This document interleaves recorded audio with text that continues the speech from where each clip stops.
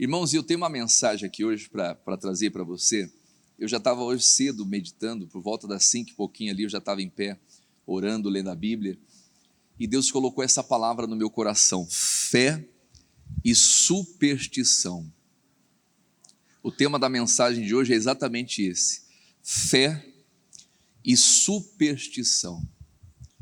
Uma coisa é totalmente oposta à outra, parece que são coisas iguais, que em determinados momentos acabam se confundindo uma coisa com a outra, mas nós temos que separar as coisas e entender o que é fé de verdade, a fé que produz resultado, a fé que produz salvação, amém? Do que é uma mera superstição, um desejo que algo bom aconteça e tal, até mesmo em nome da fé. Então essa palavra Deus colocou no meu coração, e eu quero que você abra a sua Bíblia no livro de Atos dos Apóstolos, capítulo 17, o versículo é o 16, é o nosso ponto de partida, irmãos. Atos capítulo 17, versículo 16. Atos 17, 16, amém? E Deus vai falar muito conosco aqui nessa manhã. Se você tiver alguma dificuldade para encontrar na Bíblia, você pode acompanhar aqui pela televisão, tá bom? Vamos lá. E enquanto Paulo os esperava, estava esperando Silas e Timóteo, os seus companheiros. Paulo estava em Atenas. Enquanto Paulo os esperava em Atenas, seu espírito se comovia em si mesmo. O Paulo ficou comovido, irmãos. Naquela cidade estava acontecendo algo que mexeu com o espírito de Paulo. Olha aqui para o pastor Helder, irmãos. Quando a gente tem o Espírito de Deus na nossa vida, que é o Espírito Santo, a gente não consegue ficar sossegado com as coisas que acontecem no mundo e que vêm para afastar as pessoas de Deus. Então Paulo ele vai ficar comovido, ele fica inquieto. E o que comoveu Paulo? Diz aqui, o versículo 16 ainda: vendo a cidade tão entregue ao quê? A idolatria. Irmãos, Paulo tinha o Espírito de Deus, e quando ele chega em Atenas, ele encontra uma cidade totalmente entregue à idolatria. Poderia ser diferente, a história aqui poderia ser outra. Ele poderia ter chegado em Atenas e encontrado uma cidade totalmente entregue a Jesus Cristo, mas ele não vê isso. E por que aquela cidade foi entregue à idolatria? Porque alguém entregou. Alguém entregou aquela cidade à idolatria. E nós que pregamos o Evangelho, nós temos que ter uma fé muito bem definida, irmãos, para que a gente não venha se acostumar com essas coisas. Acostumar, quer dizer, Atenas estava entregue à idolatria, alguém entregou. E sempre vai existir alguém que vai entregar o povo à idolatria. Só que, por outro lado, Deus vai levantar pessoas que vão levar as outras pessoas a Jesus Cristo. Quem está entendendo isso? Amém? Essa semana, não sei se você é atento aos noticiários, saiu uma resolução 715 do CNS. Alguém ouviu falar dessa resolução? Quem ouviu falar da resolução 715 do CNS? O que é o CNS? Conselho Nacional da Saúde, Governo Federal. Olha o que diz o artigo, isso aqui não é fake news não, isso aqui não é fake news. O artigo o artigo 46 do Conselho Nacional da Saúde: reconhecer as manifestações da cultura popular dos povos tradicionais, de matriz africanas e as unidades territoriais de matriz africanas. O que são essas unidades de matriz africanas? Terreiros, que mais? Barracões, casas de religião e etc. Quer dizer, o governo federal, através do CNJ, Conselho Nacional da Saúde, reconhece essas casas, terreiros, barracões, casas de religião, como equipamentos promotores de saúde e cura complementares do SUS. Alguém leu essa matéria? Olha aqui para o pastor Helder. Eles não querem promover saúde. Porque se quisessem de fato e de verdade promover saúde, por que não vão nas igrejas?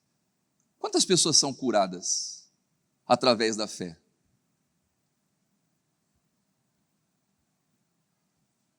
Eu lembro uma vez, eu estava na universidade, não sei que ano que era, o 3º ano do curso de Direito, e estava tendo uma discussão na sala de aula. E a discussão girava exatamente em torno disso. Era uma aula de filosofia, não era nem filosofia, era aula de ciência política e teoria geral do Estado. E na aula, a professora comentando lá, tal, de repente um senhor levanta a mão. Um senhor levanta a mão e ele começa a atacar as igrejas, no meio da aula. Ele fala assim, porque essas igrejas que falam de cura e coloca aquelas pessoas para depois, isso aqui é tudo contratado, isso aqui é tudo mentira. E eu estava na aula. Aí ele falou, esses pastores são tudo mercenário, ladrão, charlatão, isso, aquilo, aquilo outro. E meu sangue começou a ferver na hora. E eu estava na aula e falei, Jesus, querido, me segura aqui, Jesus. Aí, com toda a educação, falei, professora, eu discordo aqui da opinião do meu colega, por quê? Porque eu sou pastor. E se a senhora me permitir, na próxima aula, eu vou trazer aqui não depoimentos, eu vou trazer exames, eu vou trazer laudos médicos de pessoas que foram curadas de câncer, de pessoas que tiveram o ouvido restaurado, de pessoas que cortaram o tendão e Jesus restaurou o movimento, de um irmão que tinha um câncer na próstata e de repente numa oração, numa campanha do pão e da água na igreja que ele participa, ele falou assim, Deus, eu sou essa pessoa que o pastor Helder está pregando, porque eu estou aqui orando e eu não te conheço, eu estou com esse câncer na minha próstata, e na mesma semana o PSA dele que estava em 24 ponto alguma coisa, baixou para 0,0 alguma coisa. E de fato e de verdade, na outra aula eu levei e mostrei para todo mundo. Porque a fé traz saúde, diga glórias a Deus. Mas isso que está acontecendo não é a promoção da saúde, é a introdução dessas religiões que às vezes vão trazer idolatria e um monte de coisa. Eu estava vendo uma matéria na Veja, vi hoje, inclusive, uma matéria da Veja, eu vou ler um trecho para você, depois eu mostro na Bíblia. Olha só, hoje, não sei se alguém está sabendo, que dia que é hoje? Que dia que é hoje? 13. Sabe o que vai acontecer hoje? Domingo, dia 13, ao meio-dia na Paulista? Alguém sabe o que vai acontecer hoje, 13, na Paulista? A marcha de quem? Do Exu. Vai acontecer. Vai acontecer. E o que eles querem fazer? Eles querem dizer que, provar que os Exus não são um ser tão ruim assim, que é uma coisa boa. Mas olha só, isso aqui nas palavras de um pai de santo na revista Veja. Olha o que ele coloca aqui, ó. Exu é um dos seres mais celebrados dos ritos de origem africana. Embora tenha significados diferentes, na Umbanda é considerado uma entidade, um espírito que pode ser incorporado pelos médios, auxiliar diretamente em evolução espiritual dos consulentes, enquanto no candomblé é considerado uma divindade, orixá, que não pode ser diretamente consultado como na Umbanda, mas é conhecedor dos mistérios da vida. E aqui que eu queria chegar. Na tradição iorubá, Exu é visto como o Senhor dos caminhos. Irmãos, na Bíblia, quem é o Senhor dos caminhos? Jesus. Ele diz: eu sou o caminho, não é um dos caminhos. Eu sou a verdade. Eu sou a vida. Ninguém vai ao Pai a não ser por mim. Mas o Senhor dos caminhos, não, é Jesus. Ninguém vai ao Pai a não ser por mim. Irmãos, se você não entende como que trabalham essas entidades, começa a vir na sexta-feira, meio-dia aqui, só para você ver o que acontece nessa igreja. E eles ainda falam que aquilo que a gente faz é teatro. E ele diz aqui, na tradição iorubá, Exu é visto como o Senhor dos caminhos, por isso recebe as primeiras oferendas, quer dizer, eles dão as primícias para o Exu. E olha só, olha o que eles fazem, isso aqui é nas palavras do próprio pai lá, não sei como que, o cidadão lá que está organizando a marcha do Exu. Ele diz assim, em muitas tradições religiosas, a entidade, quer dizer, essas entidades, os Exus, representam o quê? As ruas, não é aquelas pessoas que vivem nas ruas, não param em casa. O que mais que essas entidades representam? As festas, onde acontece um monte de coisa, traições, carnaval e por aí vai. O que mais que essas entidades representam ali? As festas, a bebida, alcoolismo e que mais? E a sexualidade, a pornografia e por aí vai, traição, nas palavras dele.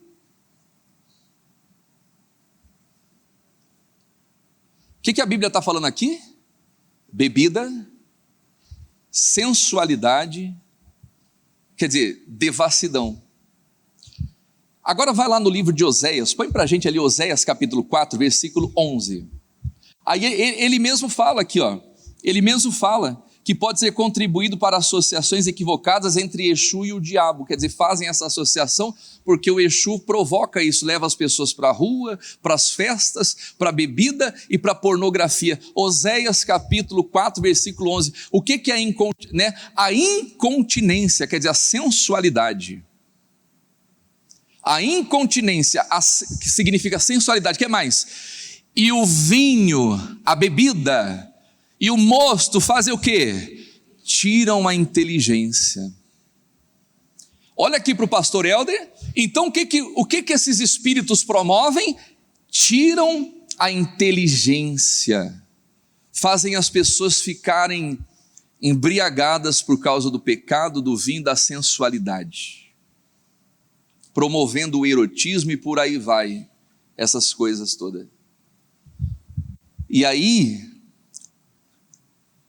isso tira a inteligência, a capacidade de raciocinar, de pensar, de tomar decisões corretas. E ele continua, prossiga lá. O meu povo, olha só, o que está entrando aqui? Idolatria. O meu povo faz o quê? Consulta a sua madeira,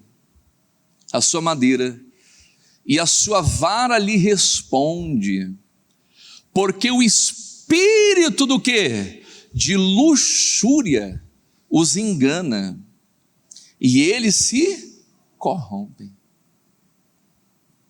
Então isso que estão fazendo não é promoção da saúde, é para corromper a sociedade. Uma sociedade corrompida é uma sociedade fraca. Quem está entendendo isso? Pastor, que palavra no Dia dos Pais, hein? Eu tenho que pregar o que Deus coloca, diga glórias a Deus. Amém? Já está acontecendo. Está lá no Conselho Nacional de Justiça, resolução 715, e aí você vai ver, eu estava dando uma lida naquele artigo, irmãos, e é exatamente isso. Eles querem promover uma deturpação social. Qual foi o artigo que eu li aqui com vocês, do CNS, Conselho? 46, põe o 44 ali, ó. Olha o 44. Olha o artigo 44. Já começaram a introduzir a ideologia de gênero. Olha o que diz o artigo 44. Atualizar a política nacional de saúde integral LGBT para LGBTQIA+, e definir as linhas de cuidado em todos os ciclos da vida, completando os diversos corpos, práticas, existências, as questões de raça, etnia, classe, identidade de orientação sexual, deficiência, pessoas, deficiência, pessoas intersextos, assexuais, pansexuais e não binárias, população em restrição de liberdade, em situação de rua, em forma transversal e por aí vai, irmãos. O que eles estão promovendo? A sexualidade, a luxúria, o amor vale de qualquer jeito, de qualquer forma, você, meu corpo, minhas. Então, quando Paulo volta lá em Atos, quando Paulo ele chega em Atenas, ele fica, como que eu posso dizer aqui, angustiado. Diz aqui o texto, ele se comove em seu espírito, ele se comove em si mesmo, vendo a cidade tão entregue à idolatria, e é o que está começando a acontecer. Estão entregando a nossa cidade, o nosso país, à idolatria.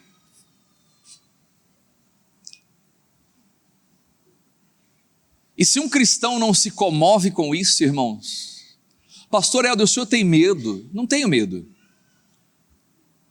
Ah não, mas é que alguém daqui vai lá e... Já pensou, você raciocina comigo, essas casas, esses terreiros, vão estar associados ao SUS. Aí o médico prescreve lá, não, teu problema é com isso, aquilo. Vai lá na casa do Zé, não sei do que. Misericórdia. Você iria? Aí você vai lá num psicólogo, eu estou com um problema emocional, estou com um problema no meu coração, eu não estou muito feliz no amor, deixa eu passar aqui, você vai na tenda 7 Flechas lá, tem um cupido,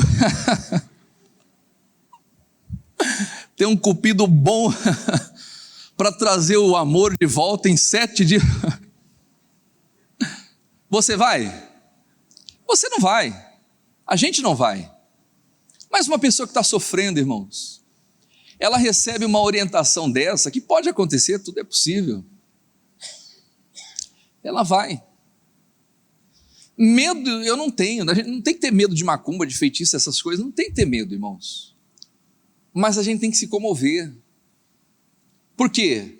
O Paulo não estava com medo daquilo, mas o Paulo viu as pessoas entregues à idolatria, irmãos.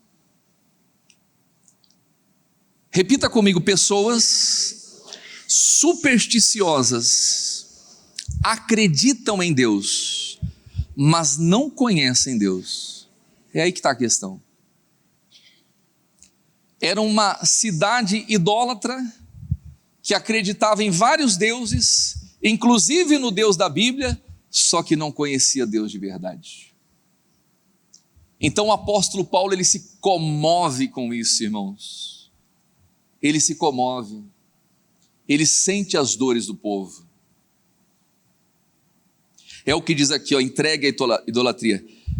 De sorte, olha só, e o Paulo não ficava calado não, irmãos, que disputava na sinagoga com os judeus e religiosos, e todos os dias na praça, como os que se apresentavam. Olha só, idolatria, religiosidade, essas coisas têm que ser combatida. O Paulo não se calava, ele disputava todos os dias na praça, ele ia lá e falava a verdade, pregava, ele foi até preso por isso. Ele expulsou um espírito de uma menina que fazia adivinhações, e quando ele expulsou o espírito, a menina parou de adivinhar, parou de dar lucro para os seus senhores. Botaram o apóstolo Paulo no chilindró, na cadeia. Foi preso. Mas nós temos que pregar o evangelho. Amém? O Paulo disputava e não se calava. E diz aqui o texto, olha só, e aí o versículo 18, irmãos, é bem a realidade. Geralmente, eu até coloquei aqui, geralmente, para fomentar a idolatria numa sociedade, sabe quem estão? Os intelectuais. Quando se quer fomentar essas coisas, idolatria e por aí vai, introduzir isso na sociedade, eles chamam os intelectuais, que tem uma maneira, às vezes, tão habilidosa de passar uma situação. É mais ou menos como a serpente falou para Eva: não, se você comer, você não vai morrer. Pelo contrário, Deus não quer que você fique igual a ele, conhecendo o bem e o mal. Na hora que a serpente falou aquilo para Eva, ela cresceu o olho. Ela pensou: se eu comer, eu vou me tornar igual a Deus. Só que Deus tinha falado: se você comer, você vai morrer. Então a serpente foi tão sagaz, tão habilidosa, que ela consegue convencer Eva, podemos dizer, a tomar um veneno, a comer algo que iria matá-la. E a gente vai notar aqui que quem estava por trás de tudo isso, diz aqui o texto sagrado, o versículo 18, e alguns dos filósofos, epicureus e estoicos contenderam com ele, os intelectuais. Uns diziam: o que quer dizer esse paroleiro? Chamavam Paulo de paroleiro. E outros: parece que é pregador de deuses estranhos, porque eles anunciavam quem? A Jesus e a ressurreição. Ele não era pregador de Deus estranho. Apóstolo Paulo era pregador de Jesus Cristo. Ele anunciava Jesus ressurreto. E é assim que a gente combate, irmãos, a religião, a idolatria. Não é chegar, você tem que largar isso aí, porque se você não largar, vai amarrar toda a sua vida. Não, nós temos que mostrar para as pessoas o que está por trás de tudo isso. Se você começar a vir nos cultos da sexta-feira, principalmente ao meio-dia, você vai ver o que está por trás de tudo isso. Quem já veio nos cultos do meio-dia do pastor Helder? A gente já pega cada coisa aqui, é ou não é? Cada coisa que acontece aqui, e a gente começa a ver o que está por trás, né, dos vícios e por aí vai. Porque assim, Paulo anunciava o evangelho de Jesus Cristo. E o evangelho é para ser pregado. Atos capítulo 8, versículo 5. É assim que a gente combate. É assim que o evangelho cresceu no país e vai continuar crescendo, se a igreja não se esfriar, se a igreja continuar na sua posição, pregando o evangelho como tem que ser pregado. Diga glórias a Deus. Atos capítulo 8, versículo 5.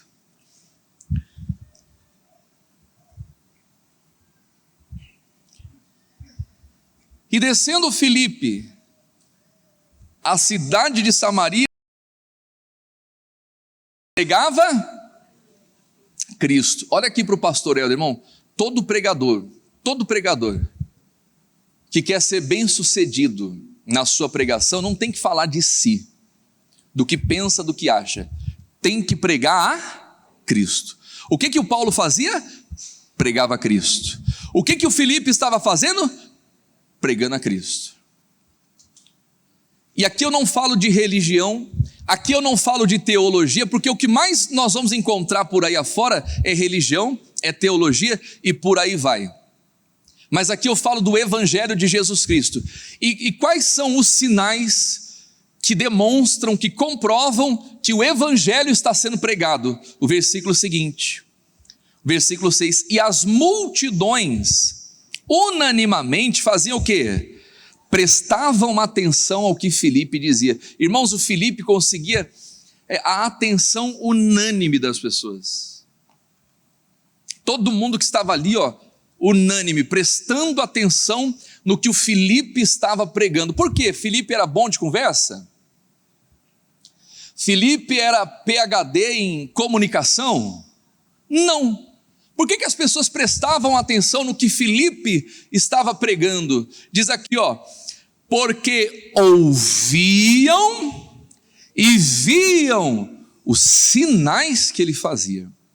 Então, quando o evangelho de Jesus Cristo é pregado, os sinais se manifestam. Diga glórias a Deus. Quando você começa a pregar Jesus Cristo, lá no seu trabalho, na sua empresa, em qualquer lugar, na rua, na sua vizinhança, você vai começar a ver sinais. E se tem sinais, é porque o evangelho está sendo pregado.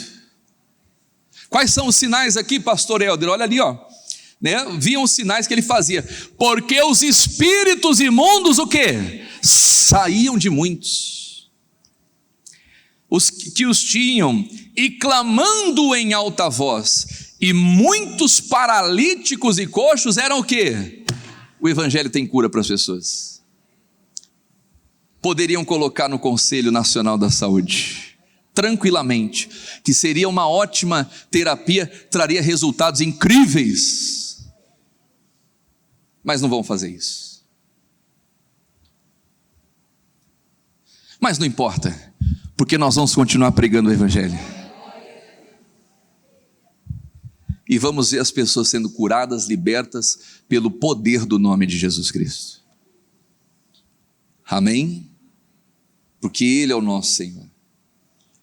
Então as pessoas prestavam atenção no que Filipe pregava, porque viam, ouviam os sinais.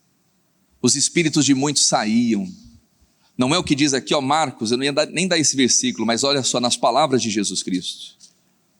Marcos capítulo, deixa eu pegar aqui, 16, se eu não me engano. Capítulo 16, versículo 15.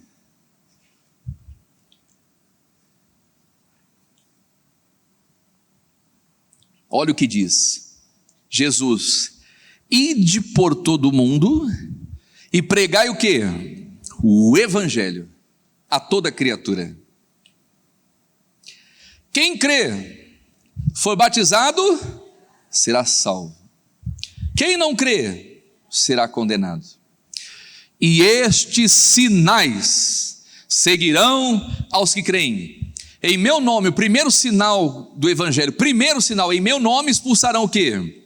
Demônios. Falarão novas línguas. Pegarão nas serpentes. E se beberem alguma coisa mortífera, não lhes fará dano algum.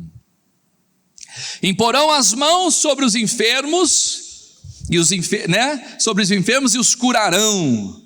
Ora, o Senhor Jesus, depois de lhe ter falado, foi recebido no céu e assentou-se aonde? À direita de Deus. E está sentadinho lá, até o dia da sua volta. Diga glórias a Deus. E ele vai voltar para buscar essa igreja, para arrebatar a igreja. E tendo eles partido, quer dizer, eles foram pregar o evangelho. Eles seguiram a orientação. Tendo eles partido, pregaram por todas as partes. Aleluia. O evangelho tem que ser pregado em todas as partes. Cooperando com eles. O quê? O Senhor. Cooperando com eles o Senhor e confirmando, aleluia, a palavra com o quê? Com os sinais que se seguiram. Oh, glória a Deus. Amém. Quando o evangelho é pregado, até me arrepio de falar isso aqui, os sinais, Deus vai confirmando a palavra através dos sinais. As pessoas prestavam atenção em Filipe, não é porque ele era bom de conversa, não, é porque quando ele pregava acerca de Jesus Cristo, os sinais aconteciam. O paralítico se levantava, o enfermo ficava curado, os demônios eram expulsos, e a Bíblia diz que havia alegria naquela cidade. Olha que tremendo, irmãos. Olha que tremendo isso, volta lá em Atos capítulo 8, tremendo isso, irmãos. Onde o evangelho é pregado, há alegria na cidade. Oh, glória a Deus. Amém? Quem está entendendo essa palavra? Não é? O versículo 7, porque os espíritos imundos saíam de muitos que os tinham, clamando em alta voz, e muitos paralíticos e coxos eram curados. Versículo 8, e havia grande alegria naquela cidade. Apóstolo Paulo chega em Atenas, e o espírito dele se comove, porque a cidade estava entregue ao quê? A idolatria. Então, para que aquela cidade pudesse experimentar da verdadeira alegria, Paulo tinha que pregar o evangelho. E é isso que a gente tem que fazer. Amém? O evangelho tem que ser pregado. Quem está entendendo até aí? Glória a Deus. Continuando.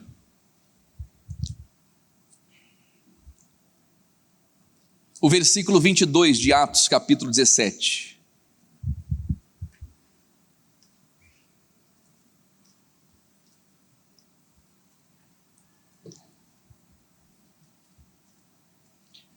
E estando Paulo no meio do Areópago, disse-o, quer dizer, o Paulo estava lá no meio deles: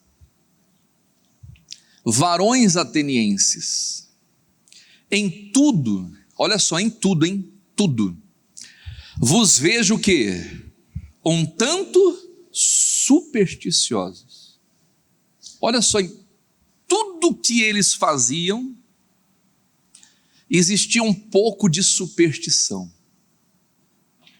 Irmãos, crente em Deus, quem confia em Deus, não carrega consigo a superstição. Crente não tem signo. Esses dias eu perguntei aqui, quem é de Áries? Uma meia dúzia levantou a mão. Quem é de Capricórnio? Já umas 3, 4.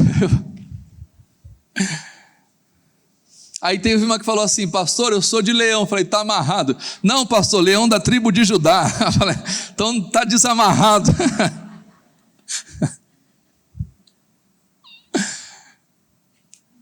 Quer dizer, aquele povo em tudo era um tanto supersticioso, irmãos. Eles carregavam superstição em tudo. E tem gente que é assim. Ela vai atravessar a rua, ela bota o pé direito.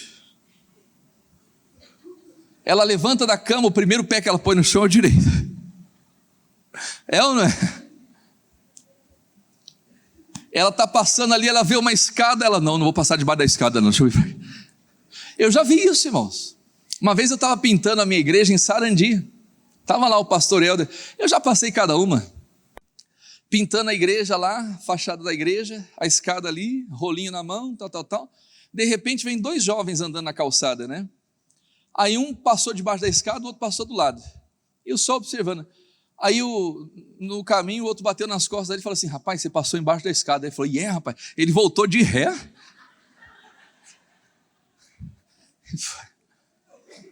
Falei, meu Deus do céu.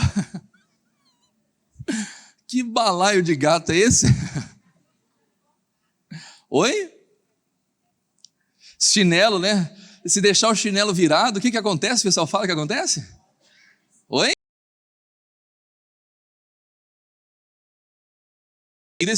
Desvira esse chinelo aí. Tem gente que é assim, é ou não é? Cheio de superstição, irmão. Deixa a vassoura atrás da porta lá. Minha sogra está chegando aí, eu vou botar uma vassoura.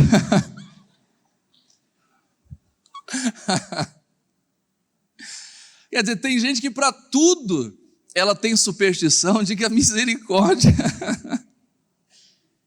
E assim, por que eu falo isso? Porque eu já fui supersticioso também, irmãos. Na minha família tinha essa cultura, todo final de ano passava de branco, tudo de branco, para ter paz. E aí entrava ano, saía ano, minha vida era um inferno. Não adiantou nada. Aí alguém falava assim, não, para você ter bons fluidos, você tem que pular 7 ondas. E lá ia eu lá. Dava meia-noite, no dia 31 de dezembro, meia-noite, estava eu lá na beira da praia. Vamos pular 7 ondas aqui, ó. Não mudava nada. Se você quiser ser próspero, você tem que comer lentilha na virada. E eu lá, mandando a lentilha para dentro. E a prosperidade que é bom nada. Fala, minha irmã. Quem é que fala, minha irmã? Assim, ó. Aí minha amiga, Ritinha, você quer se casar, vivendo solteira, né, e tudo. Quando for meia-noite da passagem, você se senta perto, fica perto de um homem, entendeu? Fica perto e quando é meia-noite, aí você não vai dar, né, o abraço da meia-noite, aí você abraça uma pessoa, um homem. E aí? Aí eu digo, pois já sei que eu vou sair, eu vou correr, porque eu não quero, ainda bem, irmão, que eu não era serva do Senhor, dizer, né? Já pensou? Olha só, quer dizer, mas acontece, obrigado, meu irmão, mas acontece, irmãos. Quer dizer, tem gente que tem superstição para tudo, não é verdade? Mas olha só, irmãos, olha o que o apóstolo Paulo fala, ele se comove, ele fica comovido com aquela cidade, entregue à idolatria, ele entra no aerópago e ele começa a ver um povo supersticioso, ele fala assim, em tudo vejo vocês um tanto supersticiosos. E ele vai dizer, porque passando eu, vendo os vossos santuários, achei também um altar, que estava escrito o que, igreja? Ao Deus desconhecido. Aquele povo tinha vários altares, acreditava em vários deuses, inclusive no Deus da Bíblia. Só que a superstição deles permitia que eles acreditassem em Deus, mas não o conheciam. E quantas pessoas estão assim? Vivendo uma vida religiosa, supersticiosa, e você vai perguntar, se você acredita em Deus? Claro que eu acredito. Não, eu acredito, eu oro todo dia, eu faço as minhas orações, eu não vou muito na igreja, mas Deus entende o meu coração, e você vai ver a vida da pessoa uma derrota, um fracasso. Jeová Jiré, quem já ouviu falar de Jeová Jiré? O Deus provedor. Mas tem gente que ora, canta, louva, seu nome é Jeová Jiré, irás prover de novo, eu creio em ti, haja o que houver, venha o que vier, irá. E ela canta, ela chora, só que chega no final do mês, ela não consegue nem pagar as contas dela.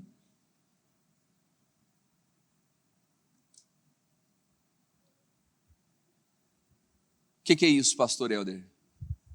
Uma fé supersticiosa. Porque se a Bíblia diz o Senhor é o meu pastor, meu Deus, então essa palavra tem que se cumprir na minha vida. Ele é o provedor. Não que a gente não passe por dificuldade, muitas são as aflições do justo, mas ele livra de todas. Se a minha fé é uma fé, como que eu posso dizer, uma fé real, uma fé viva, você pode ter certeza, Ele vai prover, irmãos. Ele faz rios no deserto, você pode estar no meio de um deserto, meu Deus, onde que eu vou comer aqui? Deus faz rios no deserto. Deus, como que eu vou pagar essa conta aqui? Deus manda, e manda muito mais, diga glórias a Deus. Mas nós precisamos conhecer, irmãos. Então tem muitas pessoas que levantaram um altar para Deus, só que esse Deus na vida delas é um Deus desconhecido. Está aqui, ó. Isso aqui não é invenção minha, isso aqui é a palavra de Deus. Ao Deus desconhecido. Esse pois, olha só o que o apóstolo Paulo vai dizer, esse pois, que vós honrais, não o conhecendo, é o Deus que eu vos anuncio. Quem já ouviu falar de Jeová Rafá? O Deus que sara. Verdadeiramente Ele levou sobre si as nossas dores e enfermidades, O castigo que nos traz a paz estava sobre ele, e pelas suas pisaduras fomos o quê? Foi através dessa palavra que eu tive um irmão curado de câncer na próstata, em Santa Catarina, há uns 10 anos atrás. Eu estava pregando exatamente isso. Ele falou: Deus, eu sou essa pessoa que o pastor está pregando, porque eu estou aqui na igreja cantando, louvando, e eu estou com câncer na minha próstata.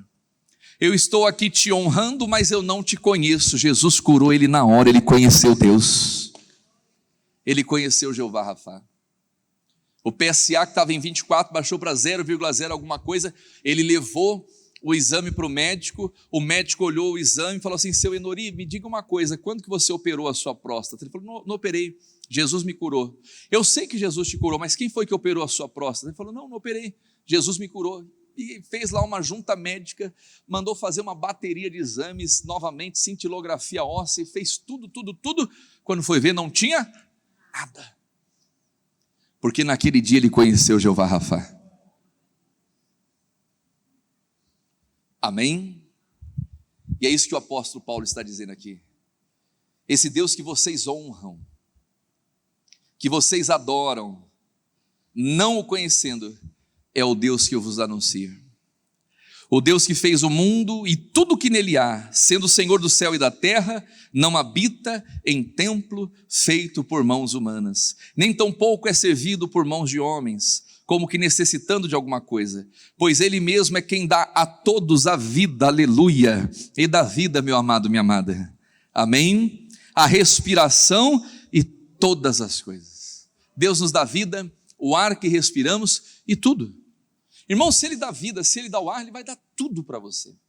Tudo e mais um pouco. Mas nós temos que conhecê-lo, diga glórias a Deus. E de um só fez toda a geração dos homens para habitar sobre toda a face da terra, determinando os tempos já antes ordenados e os limites da sua habitação, para que buscassem ao Senhor e se porventura tateando, quer dizer, tocando, o pudessem achar. Ainda não está longe de cada um de nós, aleluia, Deus está perto, irmãos. Olha para quem está ao seu lado e fala assim: Deus está mais perto de você do que você imagina. Ele está perto, Ele está do nosso lado, aleluia. O versículo 28, porque nele vivemos, aleluia, e nos movemos e existimos, como também alguns dos vossos pais, alguns dos vossos poetas disseram, pois somos também a sua geração, aleluia.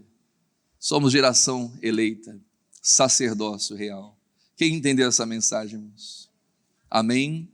Nós temos que combater a superstição, temos que combater a idolatria, mas para isso precisamos viver uma fé bem posicionada, bem definida na palavra de Deus, amém?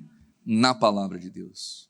E aí quando você abrir a sua boca para falar a palavra de Deus, Deus começa a confundir os inimigos, Ele começa a fazer sinais, prodígios. Quando alguém se levantar numa sala de aula, quando se levantou, quando estava lá xingando o pastor de ladrão, de bandido, isso, aquilo outro, ele não sabia que eu era pastor. Falando que esses testemunhos que as pessoas contam na igreja, é tudo comprado, é tudo contratado. Eu tive a oportunidade de, na outra aula, levar todos os exames e mostrar. Amém? Porque quando a gente prega o evangelho de Jesus Cristo, Ele coopera com a gente e Ele confirma a palavra através dos sinais. Então, meu amado, minha amada, se você percebe a idolatria, seja lá o que for, e você sente, você se comove e fala: meu Deus, isso aqui precisa mudar. Pregue a palavra de Deus, pregue o evangelho de Jesus Cristo, e Deus vai fazer a obra completa. Amém? Vamos ficar em pé, meus amados. E quero desejar a todos um feliz Dia dos Pais. Depois de uma palavra dessa, né? Hein, Gerson? Eu vou lá na igreja, o pastor vai dar um discurso sobre paternidade. O pastor vai falar de idolatria. É Deus, irmãos, é Deus. Eu prego o que Deus coloca. Eu fiquei meditando e veio essa palavra. Tem que pregar, amém? Mas eu creio que Deus vai fazer a obra completa na sua vida. E sem deboche, né? sem brincadeira nenhuma, desejo de todo o coração feliz Dia dos Pais. Amém? Nós vamos fazer uma oração a todos os pais. Eu sou pai também, sou um privilegiado, tenho 2 filhos. Cadê os meus? Tá ali o Joãozinho. Cadê o Lipinho? Lipinho foi no banheiro. Tá ali os 2. E glórias a Deus. E é um privilégio, né, poder ser pai. E não só pai biológico, eles são meus filhos biológicos, mas nós temos filhos na fé que Deus vai dando e levantando em nome de Jesus. Glórias a Deus. Vamos falar com o Pai. Senhor nosso Deus e Pai Todo-Poderoso, estamos aqui na Tua presença, meu Pai. Estamos aqui nos Teus átrios, nessa manhã tão gloriosa, meu Deus. Obrigado por essa palavra, meu Pai, por esse entendimento. Eu já vou pedir para os obreiros prepararem a Santa Ceia em nome de Jesus. Já deixam preparada a Santa Ceia. É hora de você buscar Deus. É hora de você se envolver com Deus. Aleluia. Oh, maravilhoso. Vai falando com Deus.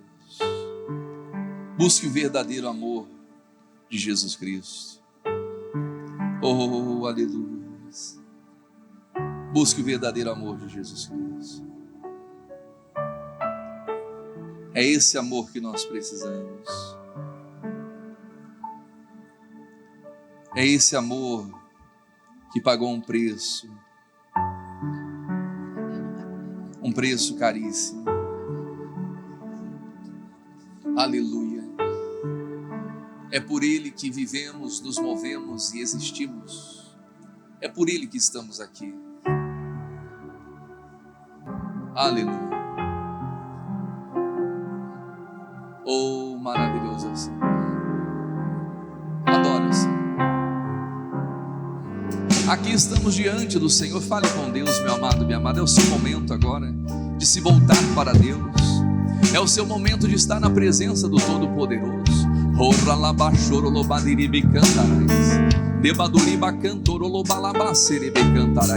Isso é hora de você buscar. É hora de você se envolver com Deus, de você se entregar a Ele verdadeiramente. Atenas estava entregue à idolatria, mas nós estamos aqui, meu Deus, entregues ao Senhor. Eu entrego, meu Deus, esse povo ao Senhor. Eu entrego, meu Deus, as tuas ovelhas ao Senhor. Aleluia. Conhecer, prosseguir em conhecer o Senhor. É hora de você conhecer, é hora de você se levantar, é hora de você buscar, é hora de você buscar força em Deus. Deus trouxe você aqui nessa manhã porque Ele vai fazer uma obra completa na sua vida.